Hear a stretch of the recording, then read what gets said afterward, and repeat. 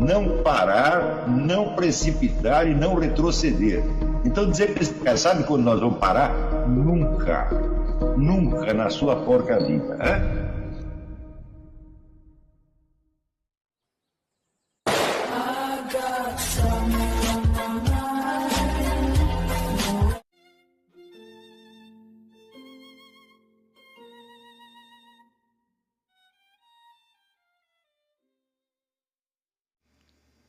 E aí pessoal, tranquilo?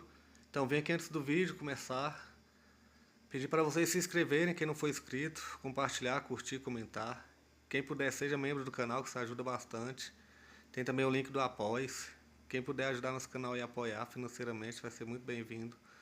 Mas o mais importante é transmitir o conteúdo e os conhecimentos do professor Olavo de Carvalho para mais e mais brasileiros. Então compartilhe e ajude aí nossa causa. Muito obrigado a todos os membros, apoiadores do canal. Fico muito feliz. Tenho certeza que a gente está no caminho certo. Então fiquem com o vídeo e até mais. Valeu! Não se trata, vamos dizer, de influência no sentido explícito, direto, da aceitação de uma doutrina ou de uma ideia kantiana, mas, vamos dizer, da aquisição de um hábito de pensamento que só pode ter surgido graças ao Kant e que se propaga como se fosse um meme ou um vírus de computador que ele vai se multiplicando, as pessoas nem sabem de onde aquilo veio, e no fim, pensar dessa maneira acaba parecendo tão natural como se fosse, vamos dizer, a própria ordem eterna das coisas. Mas antes mesmo de entrar no assunto, eu gostaria de fazer uma observação aqui. Houve um cidadão que escreveu aí um post dizendo que algumas pessoas consideram que o meu curso, embora muito bom, é um tanto caótico. Bom, a minha resposta é a seguinte: caótico é a mãe. Eu sei o que eu estou fazendo, eu sei por que eu adoto este método, de entrar num assunto, prosseguir nele até um certo ponto, depois mudar, e fazer todo um giro antes de voltar àquilo. Né? Isto é o método filosófico por excelência. Quer dizer, o que caracteriza mesmo o pensamento filosófico na sua máxima profundidade é o seu caráter não linear. A filosofia nunca é, vamos dizer, uma demonstração direta. Onde ela tenta ser isso, vamos dizer, ela acaba se fechando num formalismo absolutamente estéril, como acontece, por exemplo, na ética de Spinoza, onde o sujeito coloca lá as suas 5 premissas e continua deduzindo geometricamente até as últimas conclusões. Isso aí é uma coisa profundamente hostil ao espírito da filosofia. Quer dizer, a perfeita demonstração lógica realmente ela não faz parte da filosofia. Ela faz parte eminentemente das matemáticas e da lógica, evidentemente, mas nem as matemáticas nem a lógica são a filosofia, na medida em que a filosofia ela busca sondar, vamos dizer, o mundo real da experiência. E o mundo real da experiência, evidentemente, ele não tem uma ordem linear. É só você olhar em torno e você ver que você não está colocado numa linha, mas você está colocado num espaço ilimitado que tem, por sua própria natureza, vamos dizer, a ordem espontânea de um círculo no qual o centro é você. Tá certo? Quer dizer, você tem um eu, uma consciência, e tudo se articula como círculos concêntricos em torno desta consciência. Onde quer que você tenha um sujeito cognoscente, a ordem do mundo para ele é esta.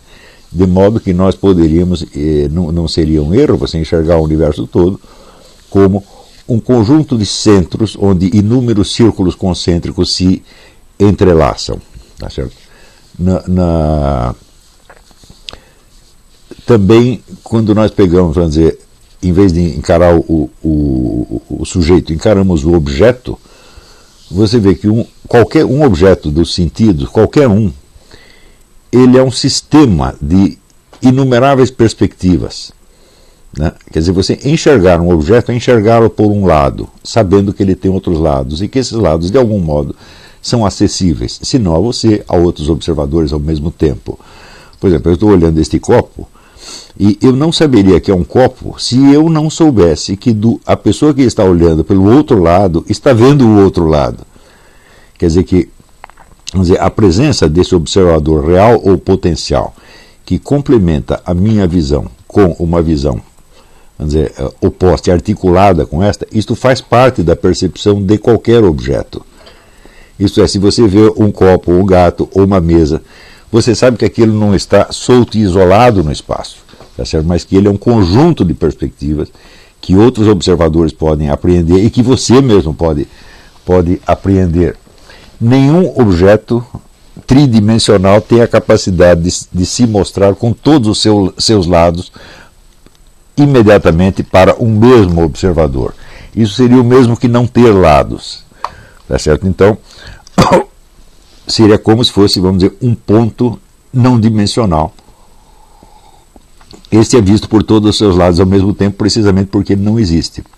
Então, tanto pelo lado do sujeito quanto pelo lado do observador, você observa que toda a experiência que nós temos do mundo é, por um lado, do ponto de vista do sujeito, são círculos concêntricos, e do ponto de vista do objeto é o que eu chamei de perspectiva rotatória. Nós estamos sempre girando em torno dos objetos e vendo-os de inumeráveis maneiras que se articulam. E se não se articulasse, eles seriam como figuras planas num papel, não seriam objetos reais, tá certo? Então, como pode a filosofia penetrar intelectualmente num universo de experiência constituído desta maneira?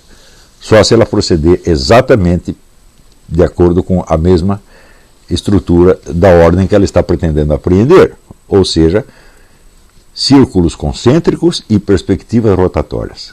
Sempre, sempre, sempre, sempre. Então, girar, tá certo, em torno dos objetos e nunca cair no engodo, vamos dizer, da ordem linear ou da hierarquia lógica. Nunca. Quer dizer, a hierarquia lógica, ela existe, evidentemente. Mas ela só serve para você estudar lógica, ela não tem nada a ver com a estrutura da realidade. Ela reflete o simples, vamos dizer, ela reflete a estrutura da linguagem humana, nem sequer do pensamento humano. Na linguagem humana nós só podemos dizer uma coisa de cada vez, nós dizemos uma palavra de cada vez, uma frase de cada vez, um parágrafo de cada vez e organizamos isso linearmente. Não há outra maneira de você falar, né? Até se você, eu posso desenhar e mostrar tudo ao mesmo tempo. Sim, você faz o desenho todo ao mesmo tempo ou você faz uma linha de cada vez? Então, na nossa comunicação nós temos essa, vamos dizer, a linearidade faz parte da estrutura da nossa linguagem, da comunicação e não da realidade. Então, como é que nós vamos poder ajeitar, vamos dizer, a nossa comunicação de modo que ela possa apreender linearmente algo que não é linear? Eu digo, procederemos da mesma maneira que um desenhista. Nós vamos articular linhas.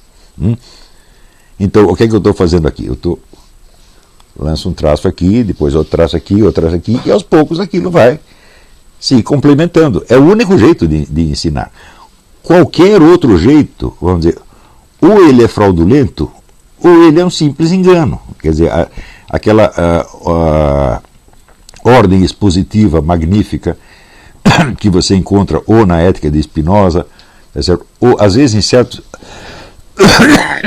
tratados de filosofia escolástica,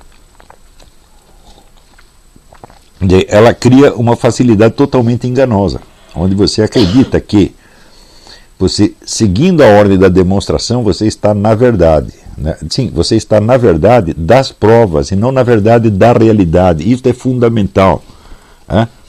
Você apreender, vamos dizer, uma demonstração, uma prova, te dá a certeza da prova e não dos objetos que lhe correspondem. Este é o grande problema, vamos dizer, da inteligência humana. Nós podemos fazer uma demonstração ou lógica ou matemática inteiramente perfeita. Eu digo, bom, essa prova é verdadeira em si mesma. Eu digo, bom, mas e os objetos que lhe correspondem?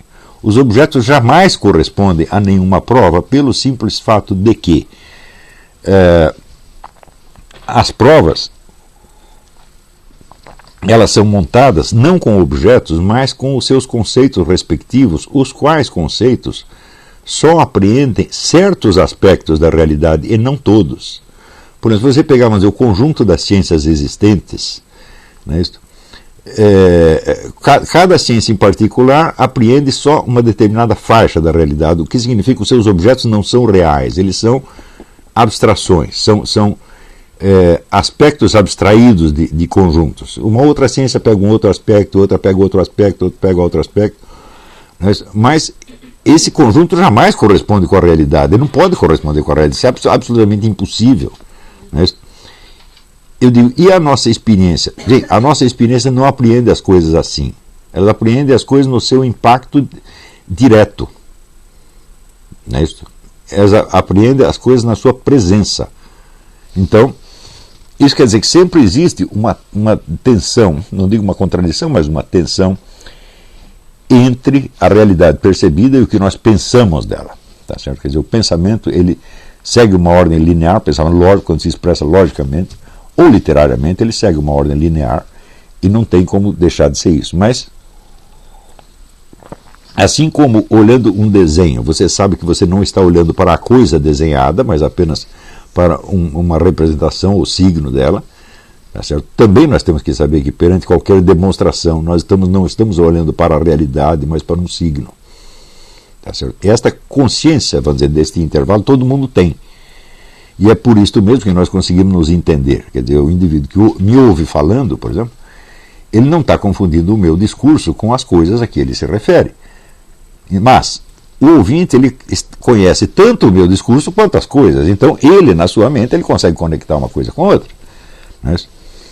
Agora, aconteceu que desde Kant se introduziu no vocabulário filosófico a ideia de que aquilo que é percebido de acordo com as nossas estruturas de percepção e não de acordo com a estrutura dos objetos, a qual estrutura nós não conhecemos. Eu digo, bom, isto, para começo de conversa, é uma estupidez monumental. Eu não posso perceber as coisas só de acordo com a minha estrutura de percepção, porque senão não haveria nenhuma diferença entre eu perceber as coisas e imaginá-las. Eu estou, vamos dizer, expressando apenas as minhas estruturas de percepção na hora que eu imagino. Mas na hora que eu percebo um objeto, ele tem que me impor a sua estrutura, porque senão nenhum objeto se diferenciaria de nenhum outro objeto. Você não perceberia a diferença, né, entre um elefante e uma lata de sardinhas. Aliás, antigamente existia, não sei se existe ainda, massa de tomate e elefante. Acho que existe ainda, né? Você não distinguiria entre o elefante e a massa de tomate e elefante. Tá certo? Porque a sua estrutura de percepção é a mesma nos dois casos. Então, de bom, algo tem de ser imposto ao objeto, pelo objeto. E isto o próprio Kant reconhece, mas ele não tira as consequências disto aí, tá certo? Se eu digo, por exemplo, que tudo o que eu percebo pelos sentidos não são coisas, tá certo? Mas são apenas percepções, ou seja, se eu uso o termo percepção no sentido corrente que tem em inglês, eles distinguem facts e perceptions. E eles dizem, o que interessa não são os fatos ou as percepções. Quer dizer, cada um tem uma percepção diferente e é tudo subjetivo. Eu digo, muito bem, se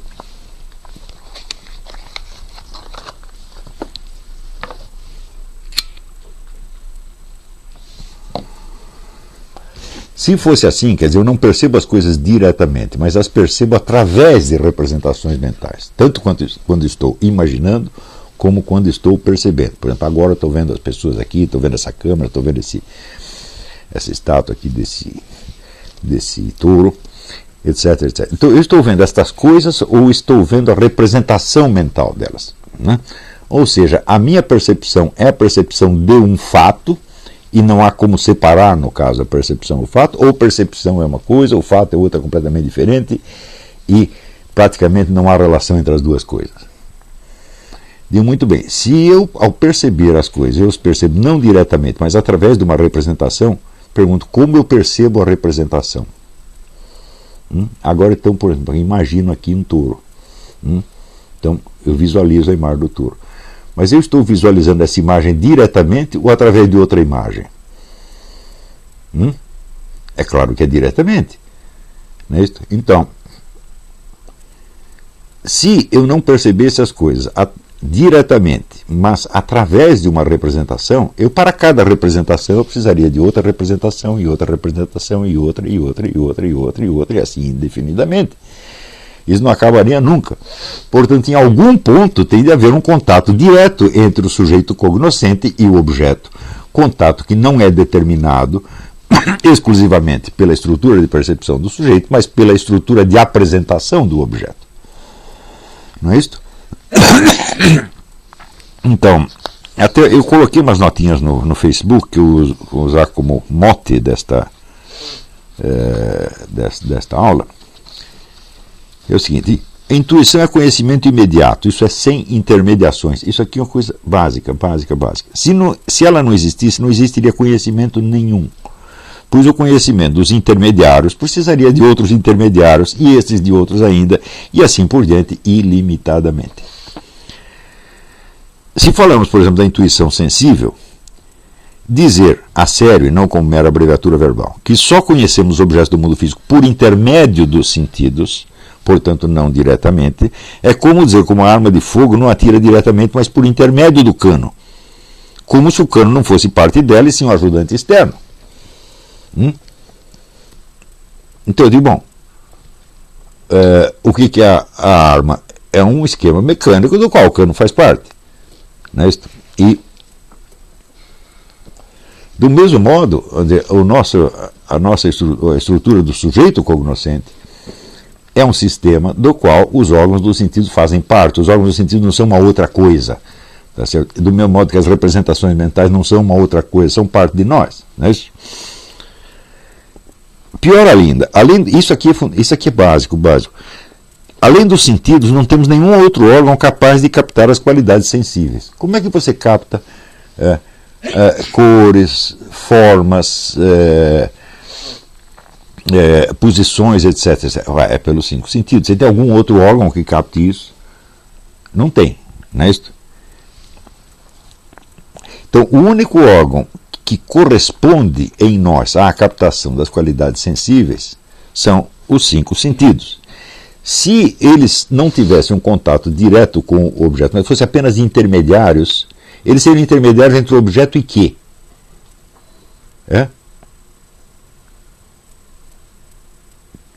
Existe algum outro órgão em mim capaz de captar as qualidades sensíveis? Não. Por exemplo, se o sujeito fica cego, o cérebro dele capta qualidades visíveis? Não. Portanto, vamos dizer, cérebro e olho constituem um conjunto inseparável. Se separar uma parte, aquele tipo de informação não chega mais ao indivíduo. Tá certo? Então, os sentidos não são um intermediário entre nós e os objetos sensíveis. Eles são nós mesmos. Eles são parte da nossa consciência. Então, se eles fossem apenas intermediários, então teria que ter aqui o sujeito, ter aqui o órgão sensível e ter aqui o objeto. São 3 coisas. E este sujeito aqui, ele teria que ser capaz de apreender qualidades sensíveis, sem os sentidos. Mas se ele só apreende as qualidades sensíveis através dos 5 sentidos, ou quantos sentidos haja, tá certo? Então, são os sentidos que estão aprendendo isso, e os sentidos são parte dele, não são um intermediário.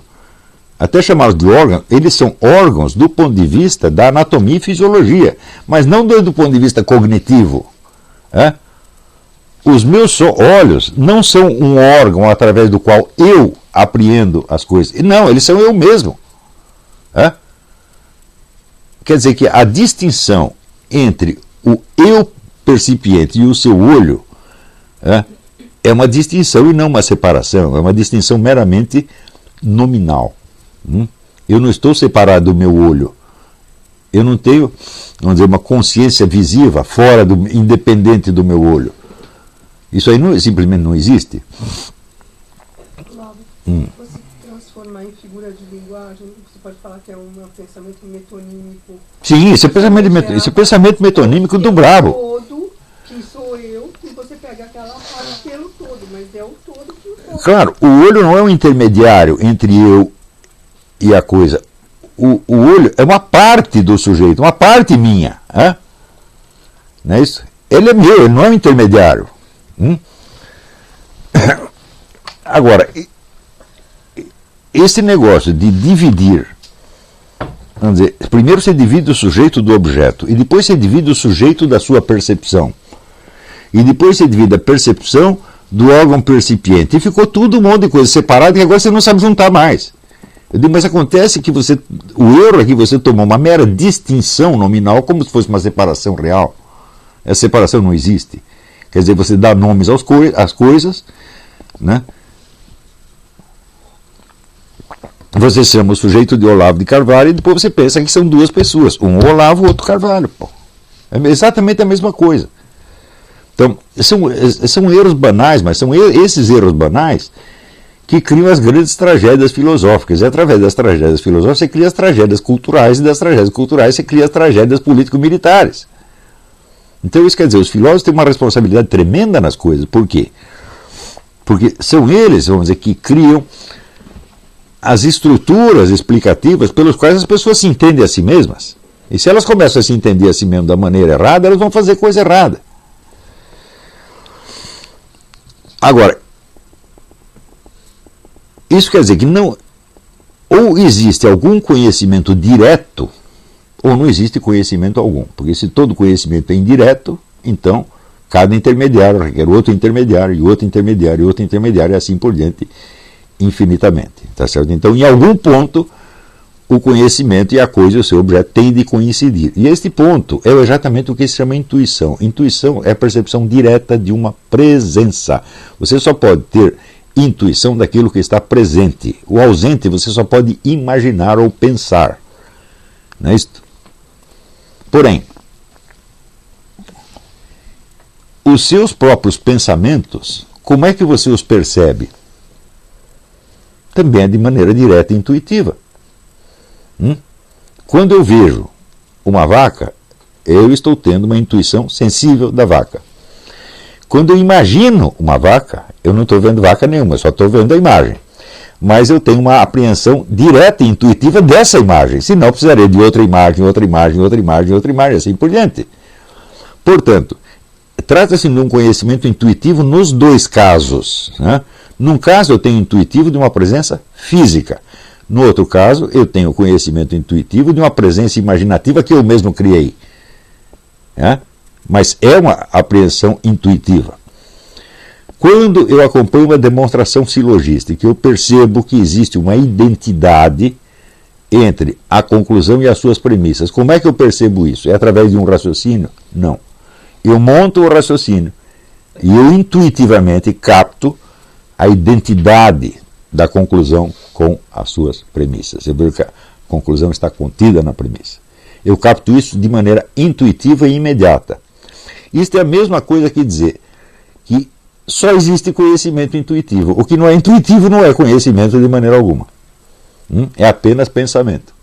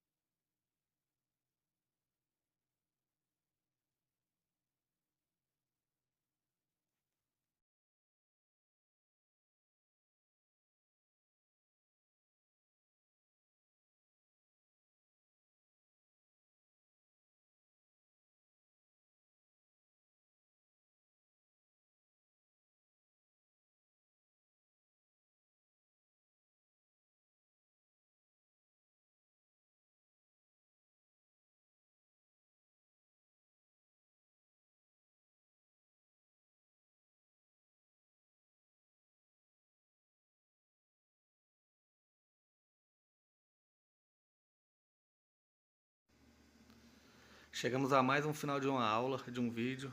Espero que tenham gostado. Quem não se inscreveu ainda, se inscreva, compartilhe, comente. Ajude o nosso canal, apoie, seja membro. E ajude o nosso canal a chegar a cada dia a mais brasileiros que precisam muito do conhecimento do professor Olavo de Carvalho. Então é isso aí, fique com Deus, até o próximo. Valeu! Então é isso aí, pessoal. Que é o nosso canal, que são alguns livros que eu já li. A maioria foi doação, mas alguns eu adquiri, professor Olavo de Carvalho. Alguns livros se perderam aí que eu emprestei, professor Alexandre Costa, a Bíblia Sagrada. 10 lições sobre Karl Marx. Indico a não ler esse livro, que é muito ruim mesmo. Alguns pensadores aqui que realmente, como o professor Olavo de Carvalho disse, não são pensadores. Valeu, tamo junto aí. Apoie nosso canal, seja membro.